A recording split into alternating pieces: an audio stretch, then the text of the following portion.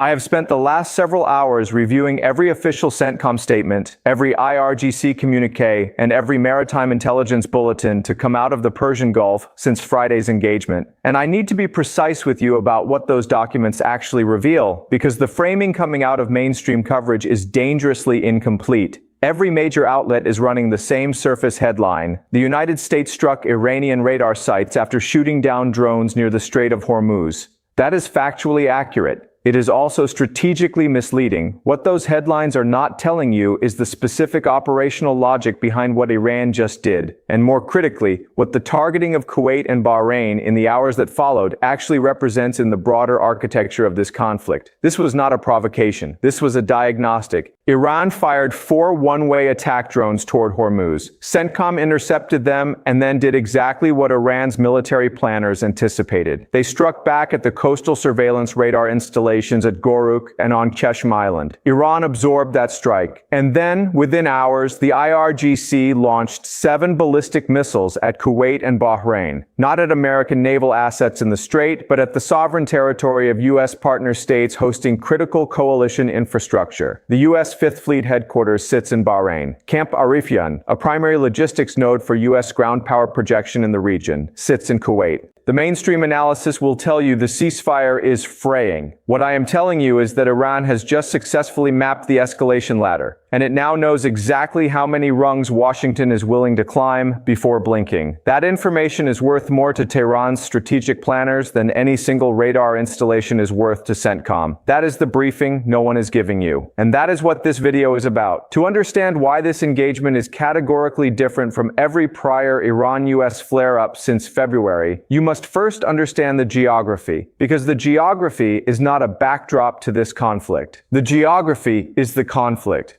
The Strait of Hormuz is a choke point 21 nautical miles wide at its narrowest navigable passage. Through that corridor moves approximately 20 to 21 million barrels of crude oil per day, roughly 20% of global petroleum liquids consumption. There is no strategic bypass. The Suez Canal cannot absorb that volume. Saudi Arabia's east-west pipeline, the Petroline, has a maximum throughput of roughly 5 million barrels per day. The mathematics of global energy supply dictate that Hormuz is irreplaceable, which means that any military power capable of credibly threatening that corridor holds a disproportionate lever over the entire industrialized world. Iran understands this with an intimacy that no Western war college fully appreciates. The Islamic Republic has spent 4 decades engineering its military doctrine specifically around this geographical reality. The IRGC Navy does not exist to defeat the U.S. Fifth Fleet in a conventional blue water engagement. It exists to make the operational cost of transiting Hormuz prohibitively high for commercial shipping. Mines, fast attack craft, shore-based anti-ship missile batteries, and now swarms of one-way attack drones. These are not the tools of a navy trying to win a battle. They are the tools of a force trying to shut down an artery. Goruk and Qeshm Island are not arbitrary positions. Qeshm is the largest island in the Persian Gulf, sitting directly astride the Strait's northern shipping lane. Iranian surveillance radar installations on Qeshm and at Goruk provided Tehran with full electromagnetic coverage of every vessel transiting the Strait. Commercial tankers, U.S. naval assets, and coalition support vessels alike. These sites were the sensory architecture of Iran's maritime denial capability. Without them, Iran's ability to vector fast attack craft or coordinate drone swarms against specific high-value targets is significantly degraded. But here is the operational reality that the strike communiques omit. Iran built its maritime denial doctrine with deliberate redundancy. Qeshm and Goruk were nodes in a distributed network, not the network itself. Degrading 2 radar installations does not blind Iran at Hormuz. It creates a temporary gap, one that Iranian signals intelligence units will work to close through mobile assets, satellite coordination, and repositioned naval observation platforms within days, not weeks. Washington struck the sensors. The doctrine remains fully intact. The engagement sequence that unfolded between June 5th and 6th was not a chaotic exchange of fire. It was a precisely choreographed operational cycle, and understanding the mechanical sequence of each phase reveals the strategic intent embedded within it. It begins with the drones. Iran's IRGC aerospace force launched 4 one-way attack drones toward the Strait of Hormuz. The term one-way attack drone is the military's clinical designation for what is functionally a loitering munition, a low-cost, subsonic expendable aerial platform designed to fly a pre-programmed terminal trajectory into a target. These are not precision-guided missiles in the Western sense. They do not require a pilot, a targeting pod, or a data link operator managing the terminal phase. They are launched, and they fly until they hit something or are intercepted. Their unit cost is estimated between $15,000 and $50,000 per airframe, a fraction of the cost of a single interceptor missile required to neutralize them.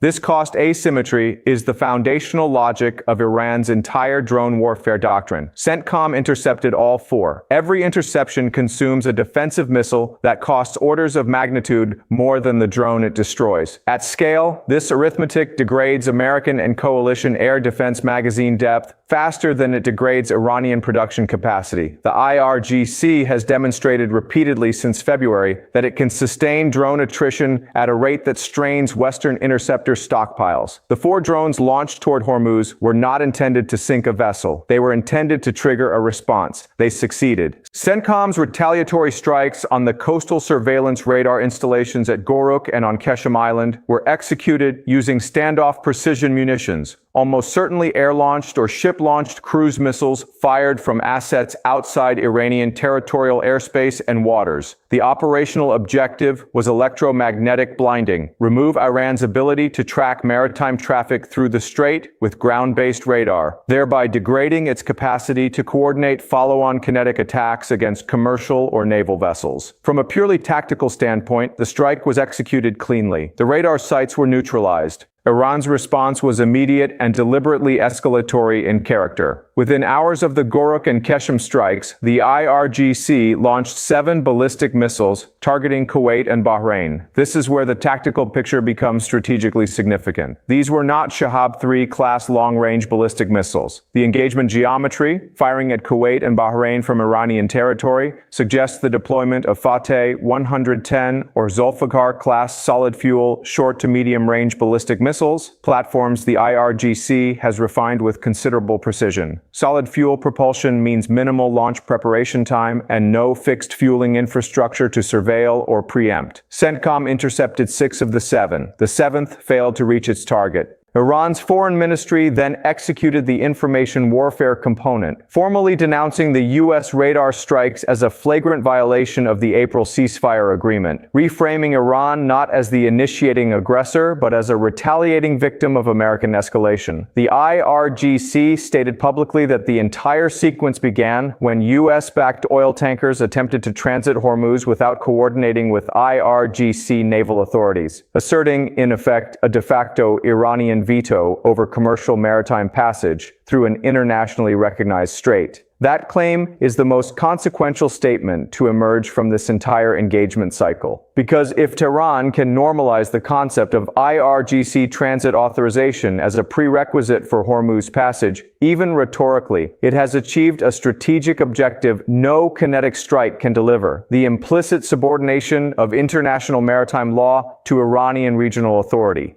The drones were the bait, the radar strikes were the anticipated response, the ballistic missiles at Kuwait and Bahrain were the message, and the legal framing was the strategic payload. What happened in the Strait of Hormuz between June 5th and 6th is not a regional military story. It is a macroeconomic event dressed in the language of a ceasefire violation, and the financial markets have not yet fully priced what it represents. Begin with maritime insurance, because that is where the economic transmission mechanism is most immediate and most measurable. Since the outbreak of the 2026 Iran conflict in February, war risk insurance premiums for vessels transiting the Persian Gulf have increased by multiples, not percentages. Lloyd's of London and the Joint War Committee designated the entire Gulf region a high-risk zone within weeks of the initial exchanges. The latest engagement, Iranian drones targeting Hormuz shipping lanes, followed by ballistic missiles striking the sovereign territory of Kuwait and Bahrain, does not merely sustain that designation, it deepens it. Every shipping underwriter reviewing this engagement cycle must now price the possibility that Iran is willing to target not just transiting vessels, but the port infrastructure and military logistics nodes of U.S. partner states.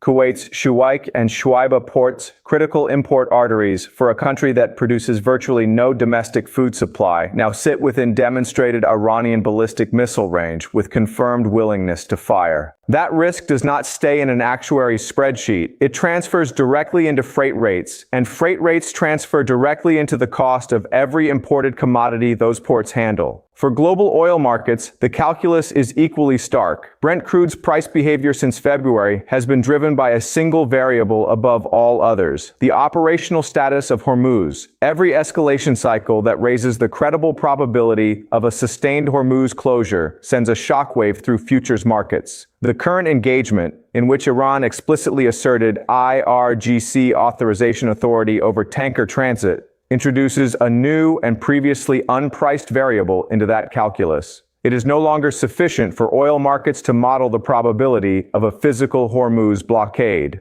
They must now model the probability of an Iranian administrative choke point, a regime in which tankers face IRGC interdiction, not because the strait is physically mined or blocked, but because Tehran has arrogated to itself the political authority to decide which vessels pass and which do not. That is a fundamentally different risk profile, and it carries fundamentally different insurance, freight, and futures pricing implications. The strikes on Bahrain carry a separate category of consequence. The U.S. Navy's 5th Fleet headquarters at NSA Bahrain is not merely a military installation, it is the operational command architecture for the protection of Gulf Cooperation Council maritime trade. Any sustained Iranian capability to strike Bahrain with ballistic missiles, even partially intercepted salvos, degrades the credibility of the American security umbrella that underpins every GCC sovereign wealth fund's risk assumption, every foreign direct investment calculation in the region, and every long-term energy supply agreement signed between Gulf producers and Asian importing nations. When that security umbrella develops visible holes, capital does not wait for a Pentagon press briefing to recalibrate. It moves first, and the consequences of that capital movement ripple from the Gulf to global bond markets, emerging market currencies, and the inflation calculus of every central bank currently trying to hold a fragile post-pandemic disinflation narrative together. The Strait of Hormuz is not a military problem. It is the load-bearing wall of the global economic architecture, and it is being systematically stress-tested in real time. I want to leave you with the dilemma that I believe is sitting on every serious strategist's desk in Washington right now, because there is no clean option on the table, and anyone telling you otherwise is selling you something. Washington faces two paths, and both of them are bad. The first, escalate. Expand the target set inside Iran beyond radar installations, strike IRGC naval bases, ballistic missile storage facilities, and drone production infrastructure. Restore deterrence through overwhelming kinetic pressure. The risk is terminal. A miscalculation at that level of escalation does not produce a negotiated ceasefire. It produces a regional war that closes Hormuz, triggers a global oil shock, and potentially draws in actors whose involvement nobody in this briefing room has wargamed to a satisfactory conclusion. The second, negotiate from the current position. Accept a ceasefire framework that leaves Iran's maritime denial doctrine intact, its ballistic missile arsenal partially depleted but functionally operational, and its regional influence expanded by every day. This conflict continues without a decisive American strategic victory. One path risks everything, the other concedes incrementally until there is nothing left to concede. I want to know your tactical assessment. Drop it in the comments below. Which path does Washington take, and what does the region look like 12 months from now? If this briefing gave you something the mainstream coverage did not, subscribe and activate notifications. Tomorrow's briefing will not wait.